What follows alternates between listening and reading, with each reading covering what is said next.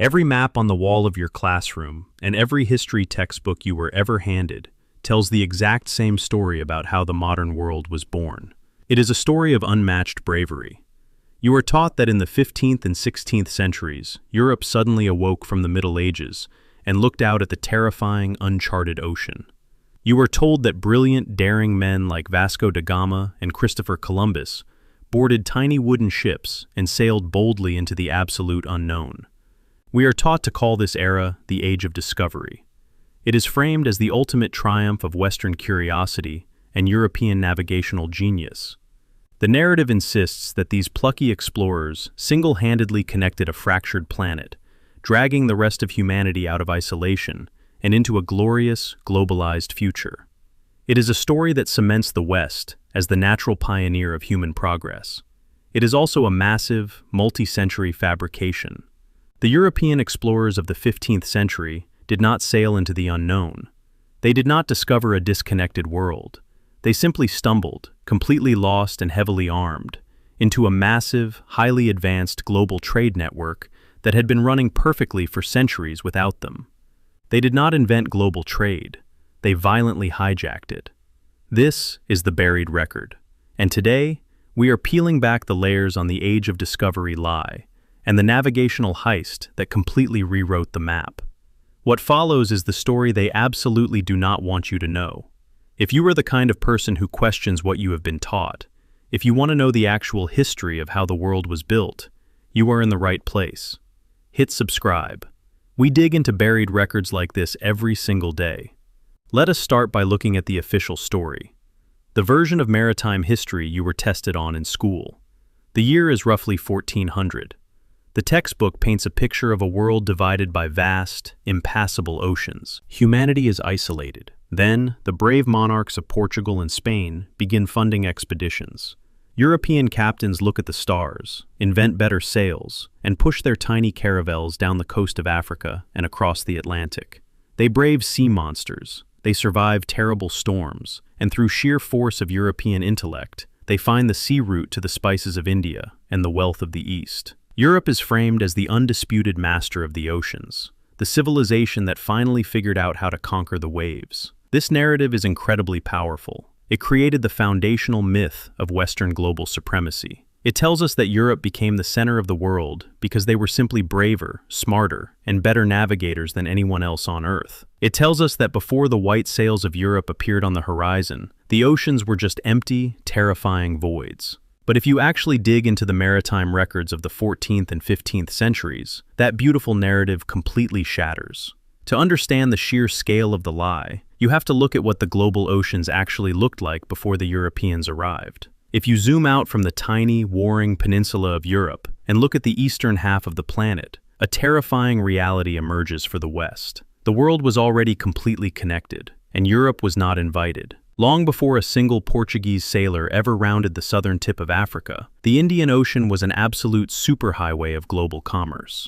It was the undisputed economic center of the planet, and it was a marvel of international cooperation. Let us look at the true masters of the ocean. While European sailors were terrified of sailing too far from the coastline for fear of falling off the edge of a flat Earth, the Ming Dynasty in China was launching armadas that defy modern comprehension. In the early 1400s, a Chinese admiral named Zheng commanded the treasure fleet. When we think of a historical fleet, we think of 3 or 4 ships.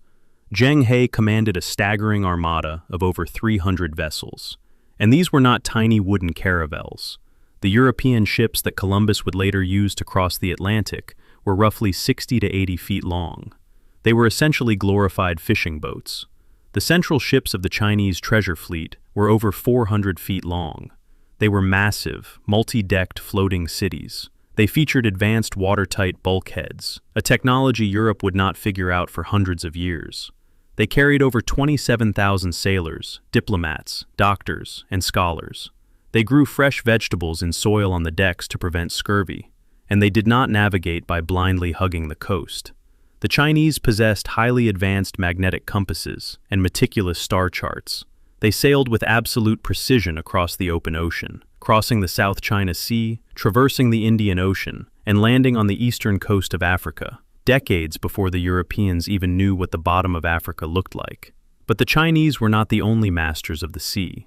The entire Indian Ocean was a thriving, multinational free trade zone dominated by Arab, Indian, Persian, and East African merchants. This vast maritime network was built on a piece of environmental science that the East had completely mastered: the monsoon winds. The Arab and Indian navigators had meticulously mapped the exact seasonal patterns of the wind. They knew exactly when the winds blew from Africa to India, and exactly when they reversed and blew back. This predictable, reliable wind system turned the Indian Ocean into a massive, highly efficient conveyor belt of wealth. You could load a ship with gold and ivory in East Africa, catch the monsoon wind, sail directly across the open ocean to the Malabar coast of India, trade for spices and beautiful cotton textiles, wait a few months, and catch the returning wind back home. And because of this predictable environmental rhythm, something truly miraculous happened. The Indian Ocean became a zone of almost total peace. Because everyone knew when the winds would blow, the trade routes were open to everyone. There was no need to fight over control of the sea, because the sea was vast, and the wind belonged to no one. For centuries, merchant ships of all religions and ethnicities sailed side by side. The great port cities like Calicut in India, Malacca in Southeast Asia, and Kilwa in East Africa were dazzling, cosmopolitan hubs. Arab Muslims, Indian Hindus, Chinese Buddhists, and African merchants lived and traded together in relative harmony. They did not heavily arm their merchant ships. They did not build massive coastal fortresses to blow each other out of the water. The wealth was simply too abundant, and the trade was too lucrative to disrupt it with war. It was a perfectly balanced, highly advanced economic ecosystem, and their navigational technology was second to none. The Arab mariners possessed the Kamal and the astrolabe, complex mathematical instruments that allowed them to calculate their exact latitude by measuring the angle of the stars. They had detailed written pilot guides called rudders that contained centuries of accumulated maritime knowledge. They knew every reef, every current, and every star pattern from the Red Sea to the coast of China. This is the world that existed while Europe was locked in the Dark Ages. This is the sophisticated, peaceful, wealthy global network that was functioning perfectly without a single European involved. So, what happened when Europe finally managed to break into this network? How did the West take over this massive system and claim they discovered it? The Western textbook will tell you that it happened through the sheer brilliance of a single Portuguese explorer. His name was Vasco da Gama. We are taught that in 1498, da Gama bravely sailed down the uncharted coast of Africa, brilliantly navigated the treacherous Cape of Good Hope, and boldly opened the sea route to India. He is celebrated as the ultimate pioneer, the man who unlocked the East. But the buried record of Vasco da Gama's journey reveals a deeply humiliating truth. Vasco da Gama was not a master navigator who boldly discovered the route to India. He was a desperate, heavily armed man who got hopelessly lost, nearly starved his own crew, and only survived because he begged an Eastern navigator to show him the way. The year is 1498. Vasco da Gama and his crew have barely managed to scrape their way around the southern tip of Africa. The textbooks describe this as a masterful piece of heroic navigation. The buried record describes it as a desperate, blind struggle. Da Gama's crew is dying of scurvy. Their teeth are falling out. They are sailing blindly up the eastern coast of Africa, completely terrified, having absolutely no idea how to cross the massive, terrifying expanse of the open Indian Ocean.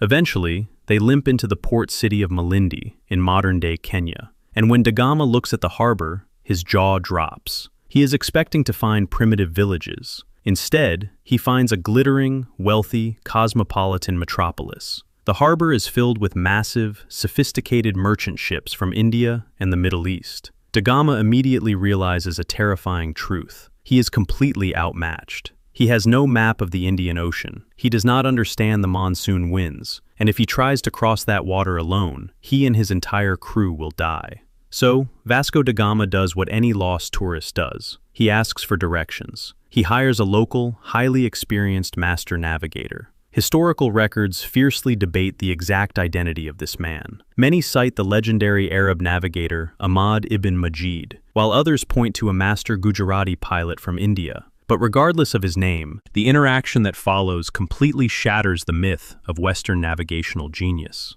Da Gama brings this Eastern navigator aboard his flagship. He wants to impress him. He proudly pulls out a massive, heavy wooden astrolabe, the absolute pinnacle of European technology, and demonstrates how he measures the sun.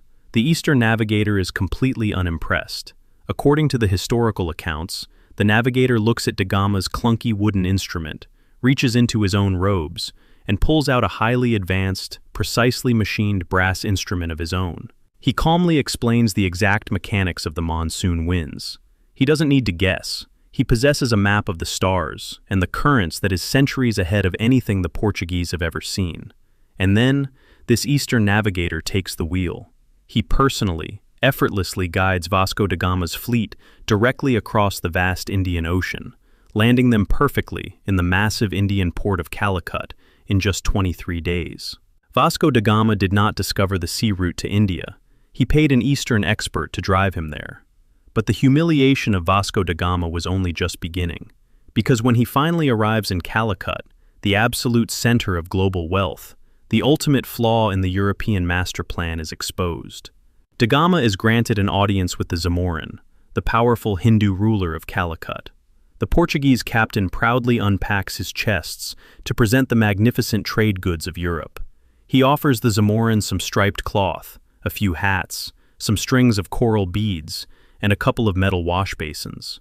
The court of the Zamorin goes dead silent, and then they openly laugh at him. The merchants of Calicut are used to trading massive chests of solid gold, heavily refined silks, Ming Dynasty porcelain, and literal mountains of black pepper. Da Gama's goods look like absolute garbage. They are the equivalent of offering a billionaire a handful of shiny rocks. The Zamorin's advisors look at Da Gama in sheer disbelief. They literally ask him if he comes from a country so incredibly poor that this is all he could afford to bring. The Portuguese were forced to realize a catastrophic economic reality. In a fair, open, free market system, Europe was completely irrelevant. They had absolutely nothing of value that the East actually wanted. They could not buy their way into the global trade network. So, Da Gama packed up his pathetic wash basins, utilized the monsoon winds to sail back to Europe, and delivered a terrifying report to the King of Portugal. He confirmed that the wealth of the East was beyond their wildest imagination, but he also confirmed that Europe could never compete economically. If Europe wanted to dominate the global economy, they would have to stop acting like merchants and start acting like pirates. When the Portuguese returned to the Indian Ocean a few years later, they did not bring wash basins. They brought massive, heavy naval cannons. This is the exact moment the Age of Discovery turns into the ultimate global heist. The Indian Ocean, as we established, was a peaceful, completely demilitarized free trade zone. The Arab and Indian merchant ships were built to maximize cargo space, not to fight wars. They were completely unarmed. The European caravels and galleons sailed right into the middle of this peaceful economic ecosystem and unleashed absolute hell. They utilized their only true technological advantage, advanced artillery. They blasted the unarmed merchant ships to splinters. They bombarded the coastal cities of India and Africa, reducing centuries-old trading hubs to burning rubble. They captured Islamic pilgrim ships heading to Mecca, locked the passengers in the hold, and systematically burned them alive as a psychological terror tactic. They did not invent a new trade route.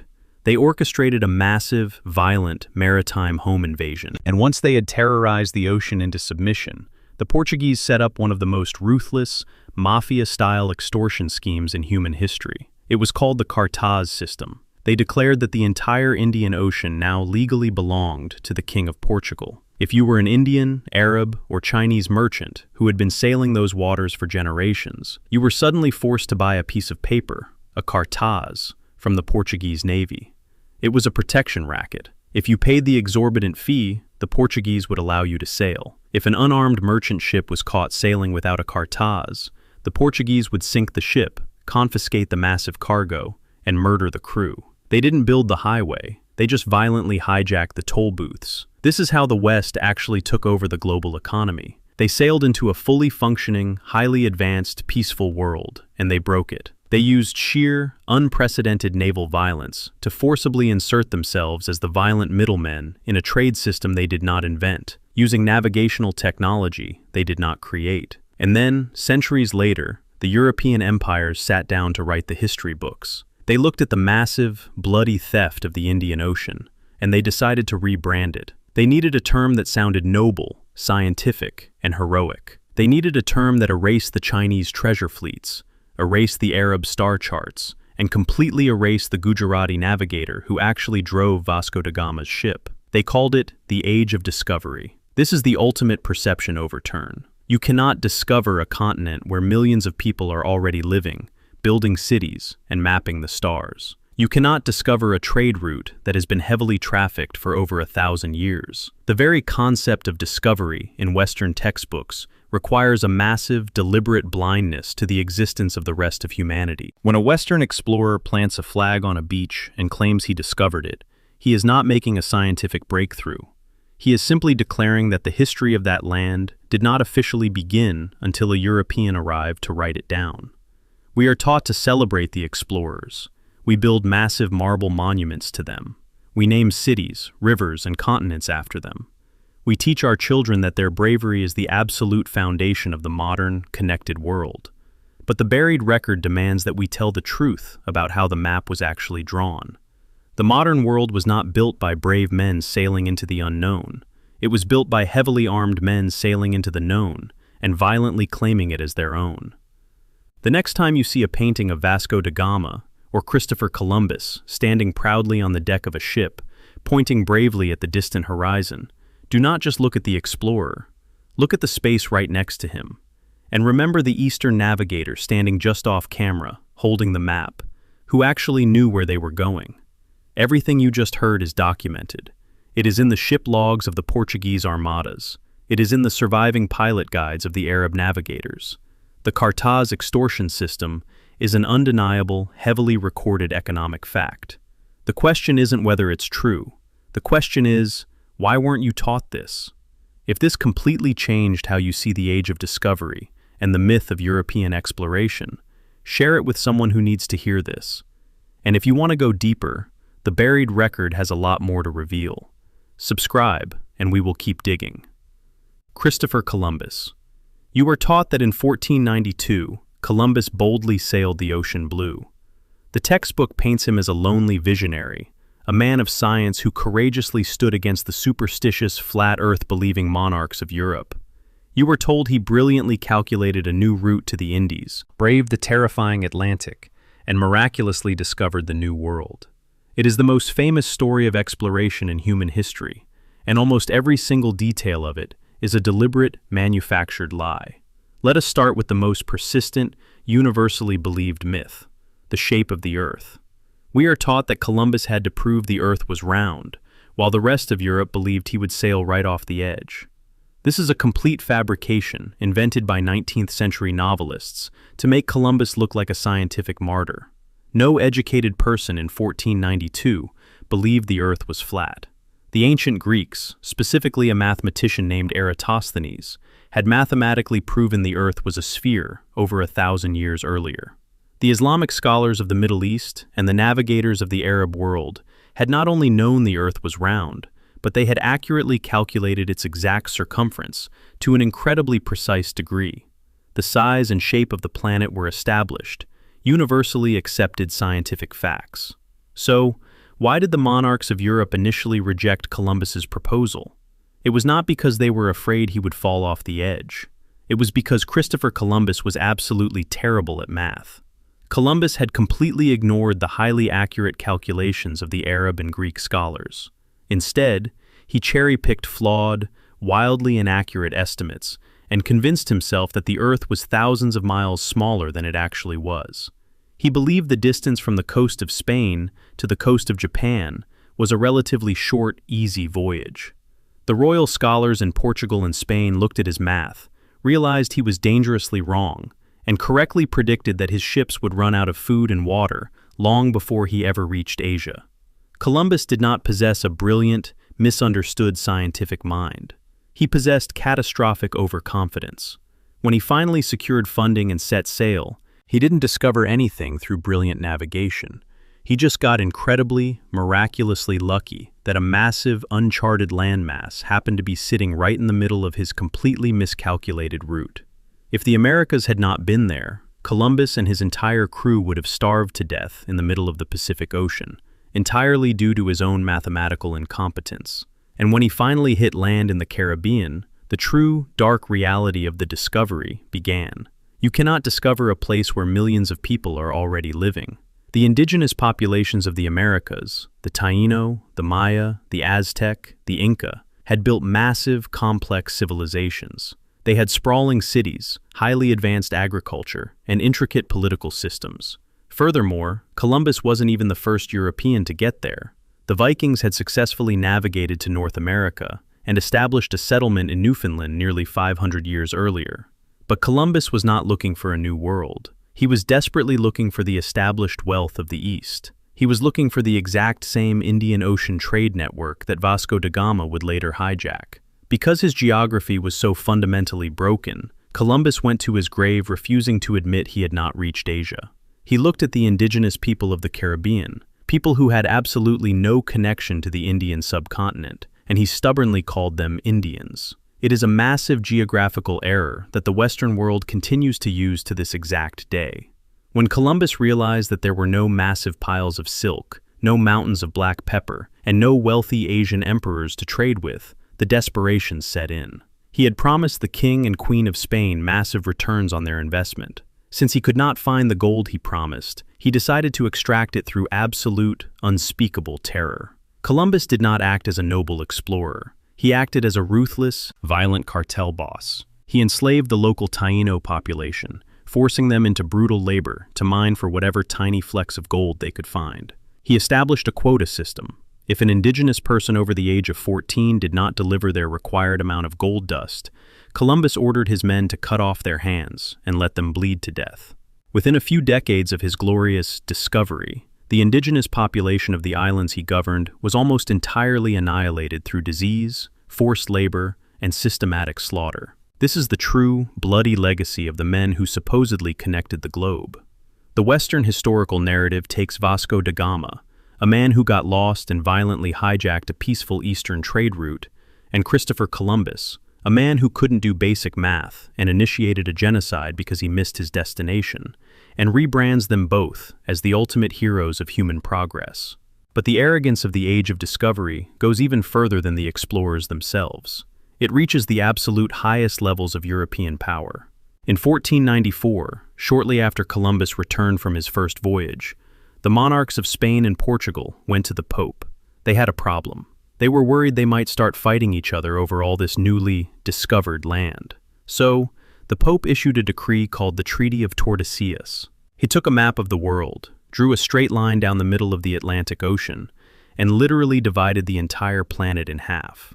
He gave everything on the left side to Spain, and everything on the right side to Portugal. Think about the sheer, blinding arrogance of that piece of paper. Two small European nations and a religious leader in Rome legally granted themselves ownership of the entire earth.